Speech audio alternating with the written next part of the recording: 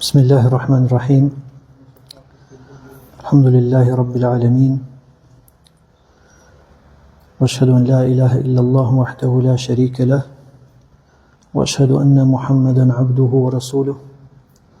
Allahumma salli wa sallim wa barik alayhi wa ala alihi wa sahbihi ajma'in wa man tabi'ahum bi ihsanin ila yawmiddin. Amma ba'd. Emin Allah të falenderojmë. Shmojmë se nuk ka të adhuruar me të drejtë përveç tij dhe se Muhamedi është rob dhe i dërguar i tij, paqja, mirësia, bekimet e Allahut qofshin mbi të, mbi familjen e tij, mbi shokët e tij, mbi çdo besimtar që e ndjek dhe pason rrugën e tij deri në ditën e fundit. Vazhdojmë duke mbështetur Allahut xhelle fi ula. Jemi në fjalën e autorit, Allahu mëshiroft, ku thot: "Wala naqulu la yadurru ma'al imani dhanbun liman 'amila." Nuk themi, thot autori, Allahu mëshiroft, që nuk bën dëm mëkati për atë që e vepron përderisa njeriu është musliman. Të kjo çështje autori, Allahu mëshiroft, tregon besimin e ehli sunetit dhe xhamatit, i cili është në të kundërtën e kësaj fjale, pra se nuk bën dëm mëkati nëse njeriu është besimtar. Këtë ka përmend Sheikhul Islam Ibn Taymija, Allahu mëshiroft, në vende të shumta se kjo fjalë faktikisht është prej fjalëve të murxhieve, prej ekstremistëve të murxhieve, të cilët besojnë pikërisht se në moment që njeriu është besimtar, atij nuk i bën dëm mëkati. Dhe faktikisht për këtë fjalë nuk njihet se kush e ka thënë fillimisht, por se njihet dhe është fjalë e njohur tek murxhiet. Sidoqoftë, kjo fjala se nuk bën me imanin, nuk bën dëm mëkati, është fjalë e njëjtë me ata të cilët kanë thënë se nuk ka dënim për mëkatarët e këtij umeti ditën e Kiametit. Edhe kjo lloj sigurie, pra, e mohimit të ndëshkimit ndaj mëkatarëve ditën e Kiametit, është e njëjta gjë si fjala që përmend autori, pra ata të cilët thonë dhe nuk bën dëm me imanin mëkati. Çështja e dytë lidhet me ndëshkimin e mëkatarëve ditën e Kiametit. Dhe kjo faktikisht është çështje që njerëzit janë ndarë në grupe të shumta dhe në shumë fjalë. Edhe të gjitha këto interpretimet dhe mendimet mund t'i mbledhim në 5 fjalë apo në 5 mendime kryesore. E para prej tyre është ata të cilët e presin se mëkatarët, gjunaqarët, fasikët e këtij umeti, të gjithë do të ndëshkohen dhe do të dënohen dhe nuk do të ketë shpëtim asnjëri prej tyre ditën e Kiametit. Kjo faktikisht është fjala e uaidijeve, pra ata të cilët janë kapur pas aspektit të kërcënimit, duke harruar aspektin e mëshirës së Allahut xhelle fi ula. Nuk ka dyshim domethënë se ata të cilët e kanë thënë këtë fjalë janë në një login tjetër, ndërkohë që ehli suneti është në një login tjetër komplet. Dhe ehli suneti i ka kundërshtuar shumë mendimin e tyre dhe fjalën e tyre me argumente nga Kurani, Suneti i sakt i profetit sallallahu alaihi wasallam. Pra e tregon qartë se ky lloj interpretimi është i gabuar, domethënë pa asnjë lloj dyshimi. Mendimi i dytë janë ata të cilët thanë se mëkatarët, asnjëri prej tyre nuk do ndëshkohet ditën e Kiametit. Pra të gjithë njerëzit mëkatar, fasik, kanë përshpëtuar, pra asnjë nuk do ndëshkohet ditën e Kiametit. Pra njësoj me ata në fjalën që u tha, se në moment që njeriu është besimtar, nuk i bën dëm atij mëkati. Pra njëta është dhe ky lloj mendimi. Mendimi i tretë është ata të cilët thonë ne thot heshtim, pra nuk flasim, edhe thojnë që mundet edhe që njeriu, edhe që Allahu t'i fali të gjithë, mundet edhe që t'i dënoj të gjithë, mundet të fali disa apo të dënoj disa. Pra nuk do më thojnë që është e mundur të ndodhi e komplet një aspekti, pra mundet që Allahu t'i fali të gjithë. Nuk ka dyshim do më thënë që kjo është fjalë sikurse e para, edhe pse e para është më e thellë në humbje, po edhe kjo është fjalë kelamistëve, sikurse Sheikhul Islam Ibn Taymija ja mvesh këtë fjalë atyre, pra sipas fjalëve të tyre, do të thonë tregon Sheikhul Islam Ibn Taymija që këtë fjalë e thonë kelamistët, edhe shumë prej xehmijeve dhe një pjesë e sharive. E nuk ka dyshim do të thonë e dyta dhe e treta, po gjithashtu e para për problematikën që kanë si fjalë, pasi kanë kundërshtuar argumentet shumëta nga Kurani dhe nga Suneti, të cilat na kanë treguar që njerëzit po me të vërtet prej tyre do ndëshkohen edhe prej tyre do të shpëtojnë, edhe nuk ka do më thonë në një skenar ku të gjithë shpëtojnë apo të gjithë dënohen e kështu me radhë.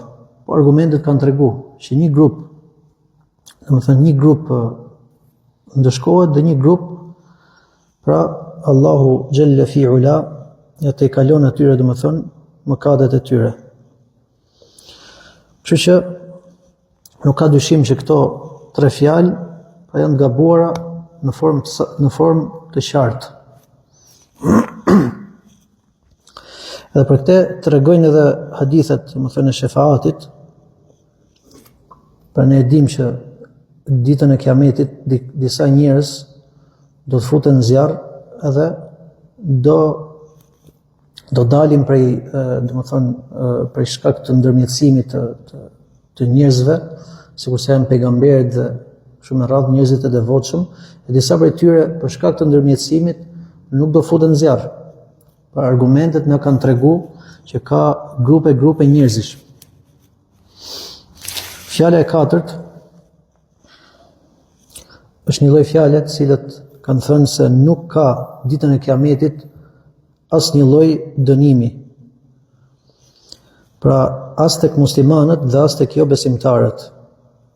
Edhe argumentet që kanë ardhur për ndëshkimin faktikisht janë thjesht argumente kërcënuese. Pra kështu kanë thënë domethënë ky lloj mendimi, ky lloj interpretimi se nuk do të ketë faktikisht dënim.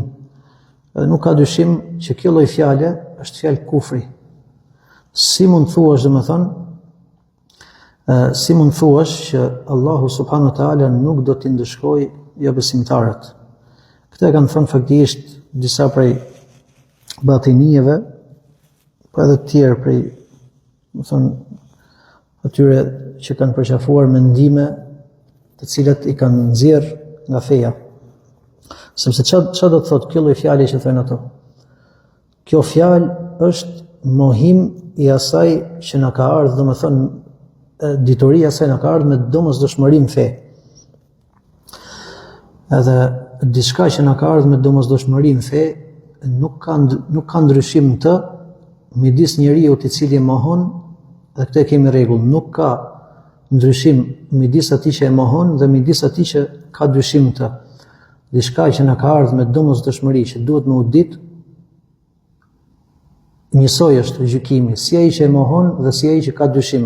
Dhe argumentet janë të prera që këta personat, domethënë Allahu tregon për jo besimtarët që do të jenë zjarr, e këta thonë që nuk ka faktikisht dënim as ndëshkim për jo besimtarët. Edhe ai i cili e thot këtë fjalë faktikisht ose cënon dijen e Allahut, ose cënon ose përgënjeshtron Allahun Gjelle fi Ula. E cënon, ose e cënon dijen e Allahut, sepse Allahu është ai i cili na ka treguar për dënimet që do të jenë në ditën e Kiametit, edhe fazat dhe etapat që do kalojnë njerëzit në ditën e Kiametit, qoftë, më thonë, falje gjunafes, qoftë tejkalim mëkatesh, qoftë ndëshkimi. E në moment që një person thot këto gjëra nuk kanë për të ndodhur, atëherë ai është sikur se po thot që Allahu, domethënë, nuk e ka ditë. Po thot diçka, pra po cënon dijen e Allahut, sepse i bie që po thot se Allahu ka thënë diçka dhe ajo që do të ndodhi është diçka tjetër. Ose disa tjerë që është faktikisht fjalë edhe e jehudive, të cilët thojnë se ka gjëra që Allahu i mëson për herë të parë. Pra dhe pikërisht kjo lloj fjale, kjo lloj skenari, sikur ditën e Kiametit do të ndodhin gjërat, domethënë edhe Allahu ka për ditë në atë moment që ndodhin, ndërkohë që ne kemi thënë se Allahu di çdo gjë para se të ndodhë. Pra di çdo gjë që është, çdo gjë që do të jetë. Di Allahu xhelle fi ula dhe gjëra që nuk janë. Nëse do të ishin ato gjëra, si kishin për të qenë. Pra Allahu di çdo gjë. E këta cënojnë dijen e Allahut dhe thonë këto lajme që Allahu na ka njoftuar mund të ndodhi diçka tjetër. Ose i mveshin Allahut xhelle fi ula gënjeshtrën. Pasi Allahu është ai i cili na ka njoftuar ne për ato gjëra që do të ndodhin ditën e Kiametit dhe për dënimin dhe ndëshkimin e jo besimtarëve. E ndërkohë ky thot ka për të ndodhur diçka tjetër, pra nuk do ketë ndëshkim, nuk do ketë dënim. Allahu në Kur'an po dhe profeti sallallahu alaihi wasallam në hadith në formën më të qartë e del me një fjalë tjetër, pra edhe ky person thotë që jo, ajo që do ndodhi është diçka tjetër. Pra është ose e para ose e dyta dhe nuk ka dyshim që secila nga këto është kufër i madh që e nxjerr njeriu nga feja, ndërsa mendimi i pestë, i cili është mendimi dhe fjala e saktë dhe e drejtë në këtë kapitull, është fjala e ehli sunetit dhe xhamatit, pasuesve të pejgamberit të Allahut Muhammedit sallallahu alaihi wasallam, të cilët thonë se mëkatari, pra specifik, pra personi, është nën mëshirën e Allahut xhelle fi ula. Nëse Allahu don, e dënon, dhe nëse Allahu don, e fal dhe atë i kalon atij atë mëkatin dhe e fut në xhenet. Duke qenë të bindur se do të ketë prej atyre njerëzve, edhe këtë e themi me bindje të plotë, se do të ketë prej atyre njerëzve që padyshim do të futen në zjarr. Prej muslimanëve të cilët janë mëkatar, edhe padyshim do të ketë për atyre njerëzve që janë mëkatar dhe Allahu do t'i kalojë atyre mëkatet dhe do t'i fusë në xhenet. Dhe gjithashtu edhe mëkatarët do të jenë të përkohshëm dhe nuk do të jenë në të përgjithmonë. E këtu vim te çështja përfundimi i mëkatarëve. Edhe faktikisht autori nga gjërat që e kanë kritiku në këtë akide, sikur se e kam përmend në mësimet e para, është se për këtë çështje ka për të folë më mbrapa. Ka për të folë më mbrapa dhe fakti që ai ka shpërndar çështjet e besimit caktuar aty e bën faktikisht më të vështirë, se më e thjeshta gjithmonë është kur flitet për një çështje të mblidhet e gjitha një kapitull dhe të ezaurohet aty diskutimi dhe interpretimi. Ndërsa në moment që ndahen një pjesë këtu dhe një pjesë andej, normalisht që e bën më të vështirë, domethënë sqarimin në formë domethënë më të qartë. Sidoqoftë, ehli suneti dhe xhamati në këtë çështje, këndvështrimi i tyre ndahet në dy aspekte, në dy pjesë. E para, ajo që lidhet me çdo person prej mëkatarëve. Ehli sunneti thot, ato janë në mëshirën e Allahut xhelle fi ula, sipas asaj pra që kërkon urtësia e Allahut xhelle fi ula. Pasi çështja nuk është vetëm çështje dëshire. Pra këtë don Allahu e fal dhe këtë don e dënon. Nuk është vetëm këtu. Është dëshirë e lidhur me urtësi. Se Allahu nuk e dënon dikë vetëm se me urtësi dhe nuk e fal dikë vetëm se me urtësi, dhe nuk bën Allahu Gjelle fi ula diçka kot. Nuk bën Allahu as një gjë që nuk ka në të urtësi. Dhe pa dyshim se në këtë aspekt e kundërshtuan, për shembull, këtë aspekt e kundërshtuan ehli sunetin waidijet, pra ata të cilët u kapën vetëm pas kërcënimit. Ndërsa aspekti i dytë, të cilët e kanë kundërshtuar tre fjalë të tjera, pra që i përmendëm, është se shikohen gjunaqarët komplet, komplet si tërësi. Është patjetër sushme dhe është domosdoshme që ndëshkimi do ndodhi te një grup, ndërsa një grup tjetër, pra kur i shikojmë komplet gjunaqarët si aspekt apo si grup, te këta gjunaqarë se s'bën disa do t'i falë Allahu e disa tjerë do t'i ndëshkoj. Pra, prej mëkatarëve, një pjesë e tyre se s'bën Allahu Gjelle fi ula ka për t'i ndëshkuar, dhe kjo është ajo që na kanë tregu argumentet nga Kurani si dhe Sunneti. E kjo çështje faktikisht ka një shtjellim dhe një shkoqitje që ka për ta përmend inshallah autori, por se do të vim. Çështja e tretë është se ehli sunneti dhe xhamati në lidhje me ndëshkimin e mëkatarëve faktikisht ka disa rregulla, dhe disa baza që duhet me i pas parasysh.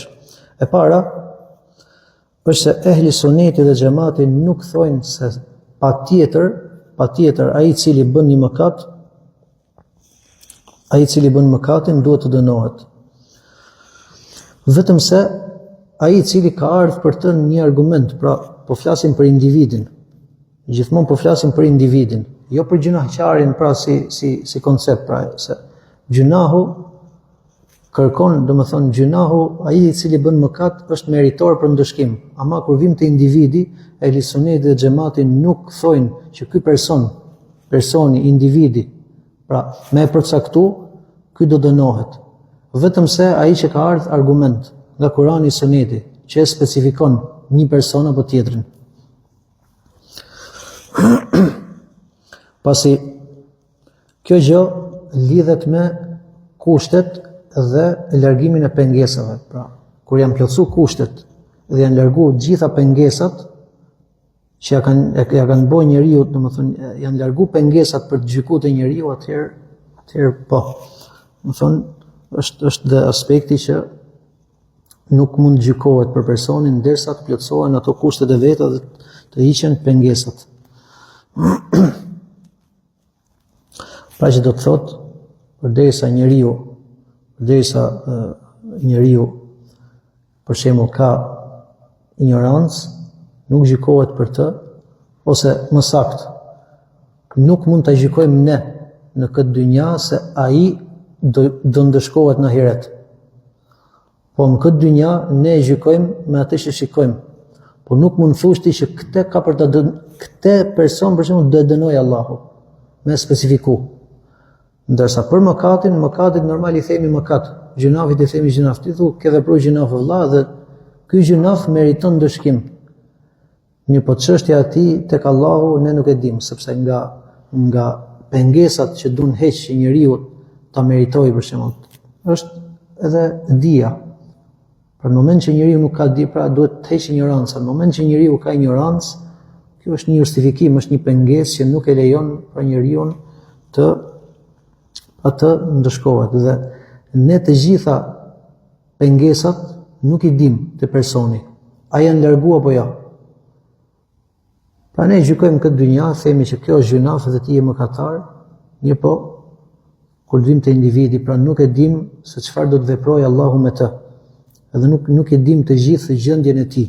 Vetëm se tham një person që ka ardhur argument i qartë që po ai do ndëshkohet. Pra flasim gjithmonë për specifikimin e personit. Çështja e dytë ose Baza e dytë është se ehli suneti dhe xhamati besojnë se Allahu subhanahu wa taala është i drejtë dhe nuk i bën padrejtësi askujt. Thot Allahu: "Wa ma zalamnahum walakin kanu anfusahum yadhlimun." Dhe ne nuk i kemi bërë padrejtësi, thot Allahu, mirë po ato i kanë bërë vetes tyre padrejtësi.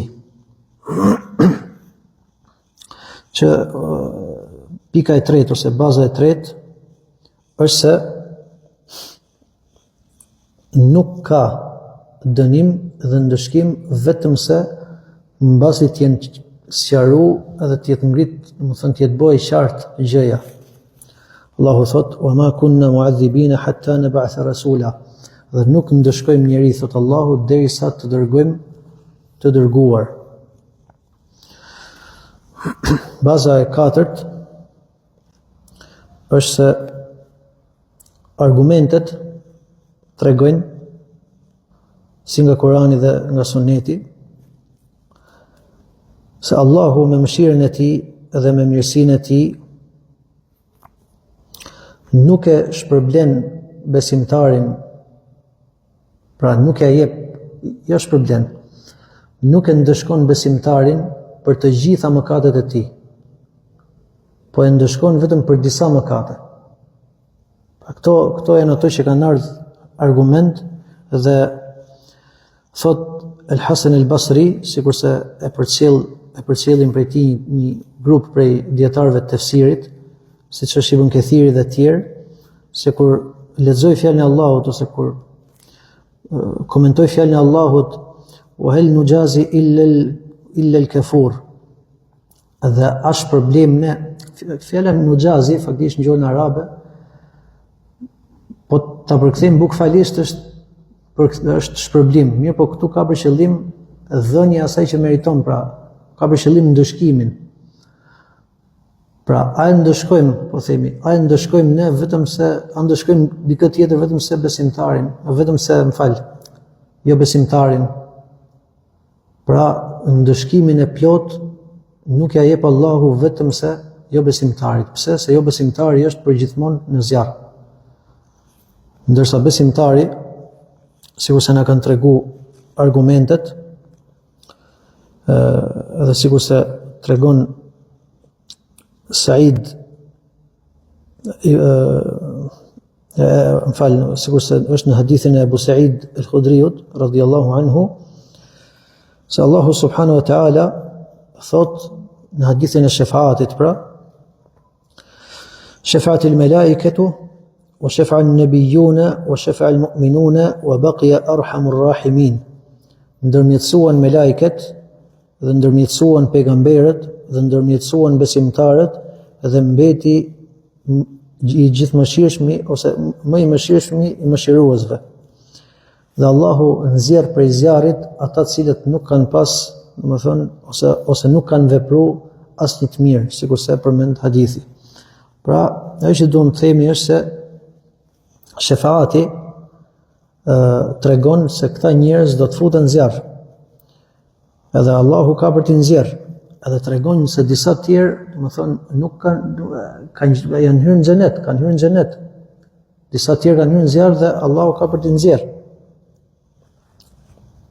Edhe nëse do të ishin gjithë njësoj, ose nëse themi do t'i ndëshkonte Allahu besimtarët për të gjitha mëkatet e tyre, atëherë çfarë kuptimi ka shefaati? Pasi nëse besimtarët do të ishin dënuar plotësisht për mëkatet që kanë bërë, edhe do e kishin marrë ndëshkimin e plot, atëherë s'ka kuptim shefaati. Se shefaati është nxjerrja prej xhehenemit para se ta marrin ndëshkimin e plot. Kështu që Allahu subhanahu wa taala i nxjerr besimtarët prej xhehenemit para se t'ia jap atyre ndëshkimin e plot. Mirë po i ndëshkon për disa prej mëkateve që kanë bërë. E pesta, argumentet na kanë treguar se ndëshkimi ndodh ndëshkimi për mëkatin ndodh për vetë mëkatin nëse është vepruar, po edhe nëse ka qenë shkak personi që të bëhet mëkati, ose nëpërmjet mëkatit nëse ka pas një ndikim tjetër më të madh. Edhe argumentet faktikisht për këtë janë shumë. Në hadithin që transmeton Imam Muslimi thot: "Wa man da'a ila dalalatin kana 'alayhi min al-ithmi mithlu athami man tabi'ahu la yanqusu dhalika min athamihim shay'a." Kush tregon, kush orienton në një devijim, në një humbje, ai ka mëkatin e tij dhe mëkatin e atyre që e pasun, pa i paksu këtyre prej mëkatit që kanë bë.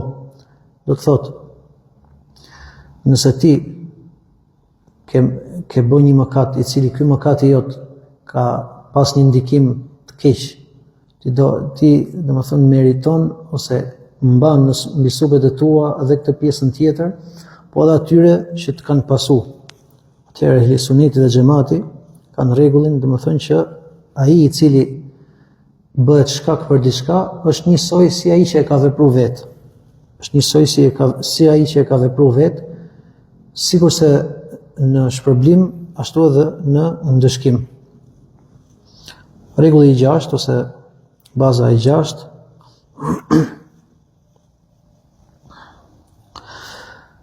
ndëshkimi nuk, domethënë, ka dhe një pengesë tjetër. Pra në moment që personi Allahu zgjedh, domethënë, që ta marrë në llogari, nuk ndëshkohet personi derisa ti maten veprat në peshore. Dhe ai i cili veprat e tija, veprat e mira, peshojnë më shumë se sa veprat e këqija, edhe nëse ka shumë mëkate, pra ai futet në xhenet me një herë, pa u ndëshkuar në zjarr ky person. Edhe kjo domethënë, pra ndëshkimi tek personi lidhet, duhet kaloj dhe këto etapat e tjera, se siç tham prej tyre është edhe ndërmjetësimi. Pra nuk ndëshkohet ai personi i cili ndërmjetëson pejgamberi sallallahu alaihi wasallam që të futen prej umetit të tij njerëz në xhenet pa u ndëshkuar.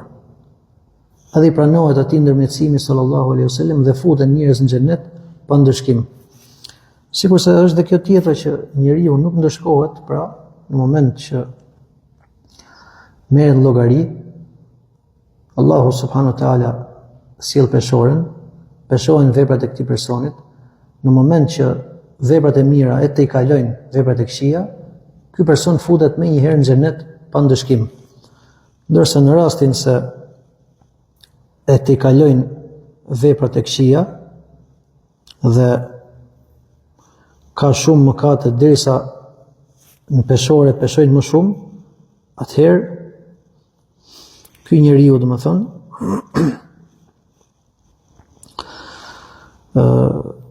mundet që Allahu subhanahu wa taala, sikur se tham, nëpërmjet ndërmjetësimit ta tejkalojë.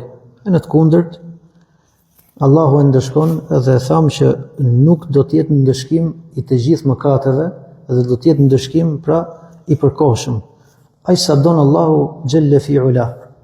Pra aq sa e shikon Allahu në urtësinë e tij që ta ndëshkoj mëkatarin. Do të thotë se ehli suneti dhe xhamati besojnë pra se mëkatet pa dyshim e dëmtojnë njeriu. Edhe nuk ka se si tjetë ndryshe. Mëkatet kanë ndikim tek njeriu.